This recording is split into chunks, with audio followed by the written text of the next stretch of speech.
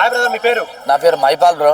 Brother, bus bus driver దారి ఇవ్వలేదనేసి ఒక ఆయన వచ్చేసి తండ్రి లాంటి వయసున్న వ్యక్తిని తన్నడం కొట్టడం కరెక్ట్ అంటారా? అది కరెక్ట్ కాదు. ఎందుకంటే ఒకటి డ్యూటీలో ఉన్న వ్యక్తిని అట్లా కొట్టడం కరెక్ట్ కాదు. సైడ్ ఇవ్వలేదని చెప్పేసి కొట్టడం అది సరికాదు. ఎందుకంటే రోడ్ అంటే అందరిది. అది అక్కడ బస్సు అనేది చాలా పెద్ద వెహికల్ కాబట్టి ముందటున్న వెహికల్స్ని పక్కనున్న వెహికల్స్ చూసుకొని ఆయన సైడ్ ఇస్తాడు. అంటే నువ్వు కార్ రాగానే సైడ్ ఇవ్వాలనే రూల్ లేదు కదా. ఎందుకంటే ముంగట బస్సుకు చిన్న ప్రమాదం తాకితే ప్రాణాలు పోతాయి. ఇలా కార్ అయినా ఇయ్యలేదని చెప్పేసి కార్ డ్రైవర్ అట్లా కొట్టడం కరెక్ట్ కాదు. ఆ కార్ డ్రైవర్ పైన కఠినమైనటువంటి చర్యలు తీసుకోవాలి.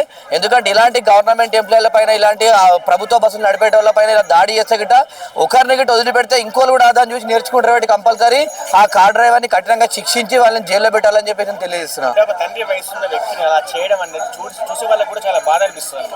ఆ అబ్బాయికి ఆ బాధ లేదంటారా? మరి బాధ కాదు, అసలు ఒక మానవత్వం మర్చిపోయి ఒక జంతువులా ప్రవర్తించాడు. ఇలా గుర్తుపెట్టుకోండి, ఇలా సైడ్ ఇవ్వలేదనే ఇంకా వెహికల్ లాక్తే ఇంకా ఎంత ఘోరమైన పరిస్థితి ఉంటుండే.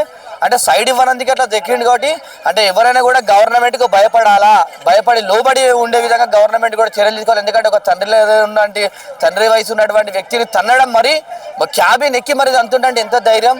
ఇలాంటి వాళ్ళని కంపల్సరీ సీఎం రేవంత్ రెడ్డి గారు కానీ, ఏపీ రాష్ట్రంలో కానీ, తెలుగు రాష్ట్రాల్లో ఎవరైనా కూడా ఇలాంటి చేసేటోళ్ళ పైన కఠినమైన చర్యలు తీసుకోవాలని చెప్పేసి అనుకుంటున్నాను. అంటే ఇప్పుడు ఆ ఇష్యూ జరిగినప్పటి నుంచి వైరల్ అయింది, బయట వైరల్ అవడంతో ఇంట్లో నుంచి తప్పించుకుని పారిపోయింది. సో పోలీసు వాళ్ళకు కూడా దొరకలేదు.